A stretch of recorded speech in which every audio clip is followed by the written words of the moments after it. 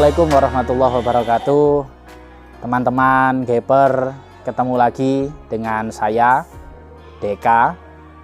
Kami dari Selawe Farm. Selawe Farm ini kita berada di lokasi Desa Candiwatu, Kecamatan Pacet, Kabupaten Mojokerto, Jawa Timur. Nah, di kesempatan kali ini kami ingin bercerita tentang hal-hal awal-awal ketika kami beternak, ingin kami sharingkan kepada teman-teman. Jadi ini hal-hal yang bisa menjadi pelajaran untuk kita dalam memulai beternak. Teman-teman, jadi ketika kami beternak itu ada beberapa menurut kami kesalahan-kesalahan kami di awal dalam beternak. Ini yang kami evaluasi, dan ini mudah-mudahan bisa sama-sama kita jadi bahan untuk kita belajar. Jadi yang pertama kali ketika kami beternak dulu, kami belum tahu konsep kandang. Ini yang pertama. Konsep kandang itu kami buat akhirnya karena ada bahan bambu, kita buat dari bambu pada waktu itu. Bambu itu kurang lebih kami buat untuk kandang kami yang pertama, dan hasilnya satu, domba-domba pada kecepit. Jadi kakinya itu ada yang patah, ada yang kecepit karena kena air kencingnya itu kan licin gitu di kandang bambu itu. Terus yang kedua, karena memang bambu ini juga tidak lurus lajurnya, itu kondisinya pada waktu itu domba-domba kita itu selain kecepit juga ketika mau kawin itu terpeleset karena licin tadi atasnya, terus lajurnya itu juga nggak lurus sehingga terprosok lagi ke dalam lubang. Itu kurang lebih domba-domba yang awalnya bagus-bagus justru jadi sakit kakinya, patah dan lain-lain. Itu pertama tentang kandang. Ini mudah-mudahan teman-teman bisa antisipasi untuk itu. Terus yang kedua, awal-awal kami beternak ini yang juga cukup parah menurut kami. Jadi kita pada waktu beternak itu penanganan domba yang beranak. Nah, ini tingkat kematiannya pada waktu itu cukup tinggi karena kami tidak menerapkan SOP dalam beranak itu. Terus pokoknya asal beranak, habis itu kita berikan obat dan lain-lain semuanya. Nah, itu intinya akhirnya anak pun satu cempe-cempe pada mati. Yang kedua, pada saat betina bunting ini nggak kami perhatikan. Ya, nutrisi, pakan dan lain sebagainya itu tidak kita perhatikan. Akhirnya anak itu justru lahir lemas, nggak kuat gitu loh. Intinya itu yang seperti itu. Nah, itu jadi yang kedua itu angka kematian di cempe. Ini kami tidak perhatikan SOP-nya. Terus yang ketiga, ini yang terjadi juga di awal-awal kami beternak, teman-teman. Jadi kondisi pemilihan lokasi. Jadi kandang kami yang pertama itu kami akui lokasinya agak-agak panas. Jadi sirkulasi udara itu kami pagar pada waktu itu. Sirkulasi udara juga nggak terlalu bagus masuknya. Jadi kondisinya di dalam itu kalau kita masuk itu cepat keringetan. Nah, kita aja keringetan apalagi dombanya itu ya. Jadi suhu itu penting untuk teman-teman memilih lokasi. Terlalu ketutup pohon-pohonan juga kurang bagus, tidak ada pencahayaan.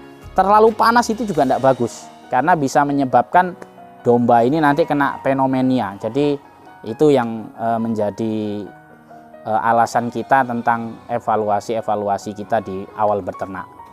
Terus yang ketiga, tentang kandang ini selain dari bambu, jarak antara lantai dengan tanah ini juga perlu diatur. Jangan sampai terlalu rendah dekat dengan tanah sehingga kotoran semua mengendap di situ, sehingga tidak ada sirkulasi yang bagus, dan itu yang menyebabkan ternak juga tidak nyaman dan sakit.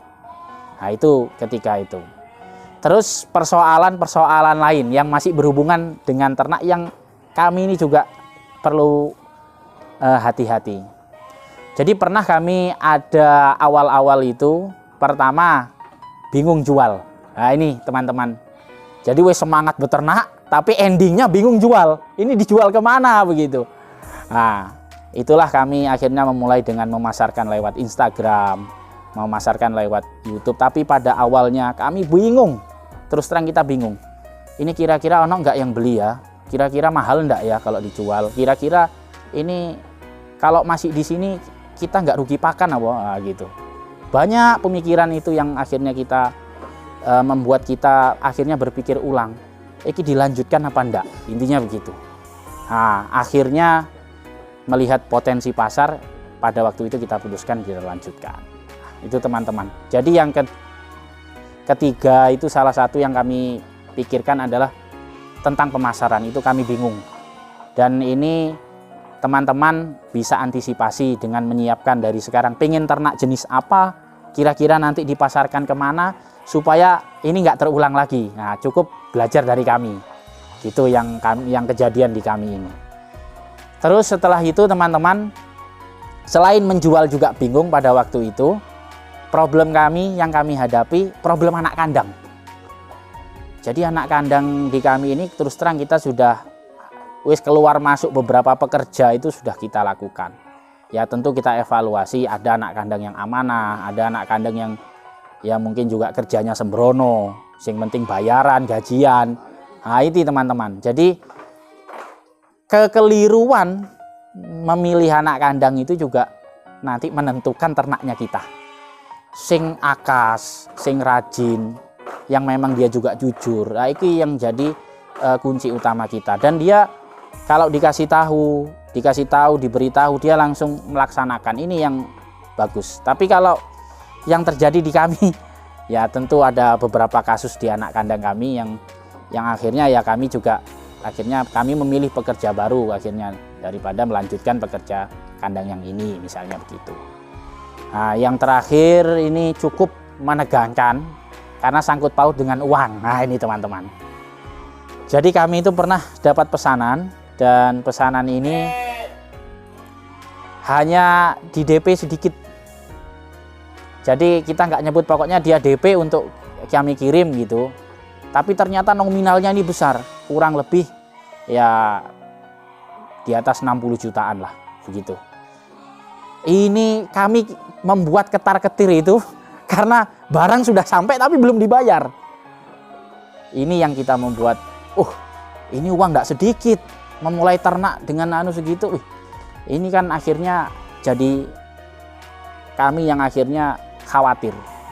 Nah, untungnya teman-teman akhirnya dalam proses kita terus komunikasi itu bisa cair. Tapi ini yang membuat ketar-ketir, barang sudah sampai, sudah dikirim, tapi uang belum dibayar. Ini yang hati-hati. Ada juga kasus kami kedua, dia memesan, tetapi pesanan ini itu alamat orang lain teman-teman. Dua kami ngerasa ditipu.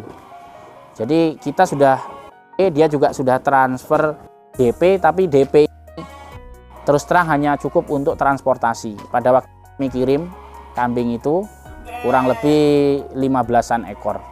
Nah, tapi sampai di lokasi yang pesan ini ternyata bukan saya yang pesan, Pak. Gitu. Ternyata orang menggunakan nama orang lain untuk dikirim ke alamat itu. Sementara dia sebelumnya itu sudah mentransfer uang. Ya kami sebenarnya bukan rugi di itu karena barang kami bawa pulang kembali pada waktu itu. Nah, ini intinya teman-teman, dalam berproses transaksi hati-hati. Kalau bisa bayar di awal itu lebih baik. Itu. Terakhir yang agak mengilukan ini teman-teman, agak pilu sedikit adalah ketika kami beli ternak dari orang lain, tapi kita hanya membeli lewat media online. Akhirnya dia hanya kirim video. Nah, sementara video ini ngomongnya di sana, ini kambingnya jenis ini dan besar. Tapi ternyata pada sampai di tempat kami, kambingnya ternyata dombanya itu teman-teman kecil-kecil, terus nggak sesuai spek yang divideokan. Nah, ini antisipasi teman-teman, kita cari bibit yang berkualitas, tetapi ternyata kita dapat justru yang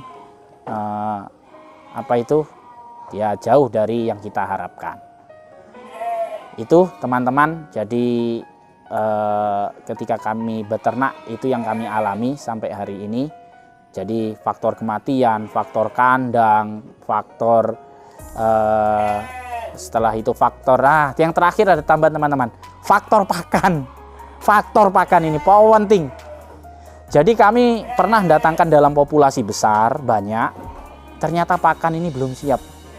Akhirnya kami cari ke sana pakan yang ada stok, yang sana akhirnya ketika ada yang beli, maksudnya pingin beli pakan, harganya juga sudah mahal. Jadi domba populasi yang besar, kurang lebih katakanlah 100 ekor, tetapi pakan kita itu belum siap teman-teman. Jadi lahan, rumputnya belum tumbuh, masih kecil-kecil, terus nggak ada stok pakan sama sekali. Jadi jangan sampai kita datangkan domba, datangkan kambing, tetapi pakan justru belum siap. Jangan sampai seperti itu. Kalaupun siap teman-teman perlu diperhatikan. Kemarin kami datangkan pakan sudah siap, tapi ternyata volumenya hanya untuk 1 minggu. Jadi 1 minggu kemudian habis. Akhirnya kita cari lagi ke sana kemari. Dan sekarang akhirnya kami antisipasi hal-hal tersebut dengan lebih rapi lagi kami menanam di lahan dan membangun mitra-mitra yang bisa menyetok pakan di petani-petani sekitar kita. Itu teman-teman dari kami. Mudah-mudahan kita bisa mengambil pelajaran bersama-sama. Kami hampir putus asa tidak melanjutkan beternak ini, tetapi dengan semangat baru kita tata kembali sehingga sampai hari ini Slawe Farm bisa kokoh berdiri berkat pembelajaran kita yang sebelumnya dan support dari teman-teman juga seperti itu.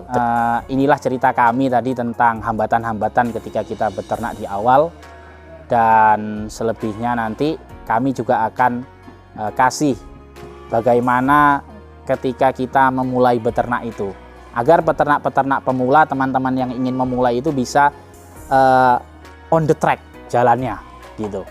Jadi sesuai dengan harapan dan impiannya teman-teman. Kami akan ceritakan di Slawe Farm di bagaimana kami mengawali proses sampai hari ini. Teman-teman, terima kasih sudah menyaksikan video ini. Mudah-mudahan teman-teman selalu semangat untuk terus beternak dan tidak menyerah atas hambatan-hambatan yang sudah ada. Biarlah kisah-kisah pahit ini kami yang mengalami, tetapi teman-teman tidak usah meniru yang pahit-pahit ini. Teman-teman membuka dengan hal-hal yang lebih baik lagi seperti itu. Terima kasih. Wassalamualaikum warahmatullahi wabarakatuh.